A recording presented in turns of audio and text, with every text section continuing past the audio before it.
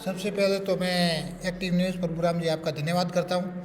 आपने हमारी संस्था से प्रेरित होकर पेड़ लगाओ जीवन बचाओ अभियान के तहत जुड़कर आप बहुत ही सराहनीय।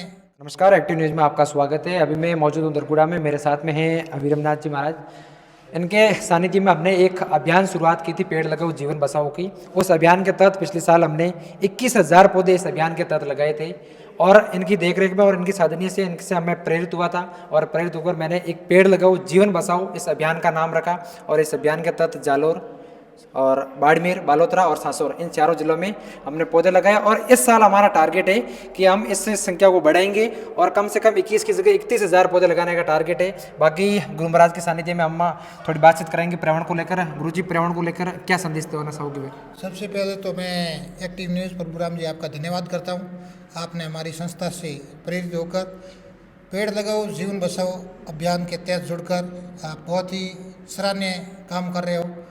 आज के समय में पर्यावरण संरक्षण का बहुत बड़ा, पर्यावरण को बचाने का बहुत बड़ी ज़रूरत है और आप आगे से आगे लोगों को जोड़कर पर्यावरण के प्रति लोगों को जागरूक करने का ये काम कर रहे हैं। वास्तव में सराहनीय योग्य है। और आने वाले समय में बरसात के टाइम में ज़्यादा से ज़्यादा लोगों को प्रेरित कर आप पौधे लगाएं और पर्यावरण संरक्षण के प्रति जागरूक करें। यही मेरा निवेदन है। गुरु जी, आपने पिछले साल इस अभियान के तहत कितने पौधे लगाए थे? हमारी संस्था द्वारा लगभग 11,000 पौधों के लगभग पौधे लगाए और बाकी लोगों को जागरूक कर और हमारी संस्था से प्रेरित लाखों पेड़ लोगों ने लगाए। इस साल गुरु जी क्या प्लान है, किस हिसाब से इस अभियान को आगे बढ़ाएंगे?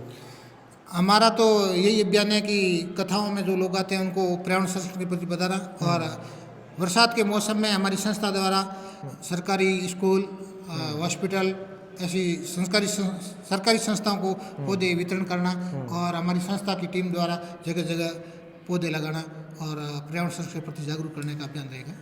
एक गुरुजी, मैं आपसे जानना चाहूँगा कि जो अपने पश्चिम राजस्थान विशेषकर बाड़मेर और बालोतरा जिलों में पेड़ों की बहुत कटाई हो रही है। हमने भी कई प्रयास भी किए, कोशिश भी की इसे रोकने के लिए, फिर भी लोग आज वर्तमान में धरातल को देखते हुए लोग पेड़ों की ज़्यादा कटाई कर रहे हैं। उन लोगों को आपका क्या विशेष संदेश रहेगा?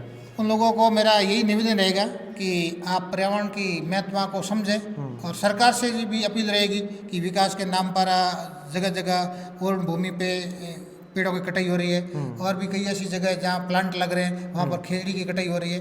तो जनता और सरकार दोनों से निवेदन है कि पर्यावरण के प्रति आप थोड़ा ध्यान दें और लोगों को भी जागरूक करें। एक अंतिम सवाल मैं आपसे करूंगा जीवों को लेकर।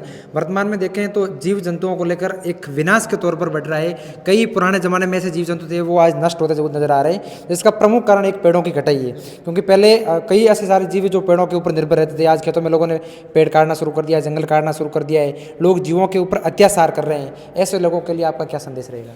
ऐसे लोगों के लिए मेरा ये निवेदन रहेगा कि आप जीवों के प्रति दया रखें। अगर जीवों के प्रति, जंगली जीवों के प्रति, वन्य जीवों के प्रति आप दया नहीं रखेंगे तो आने वाले समय में प्रकृति का कोप हमें झेलना ही पड़ेगा, जिसका दुष्परिणाम होगा। तो आप अभी से समझकर अगर प्रकृति को बचाना है, जीवन में सुखी रहना है, तो आपको जीवों के प्रति दया का भाव रखना ही पड़ेगा और वन्य जीवों का संरक्षण करना ही पड़ेगा।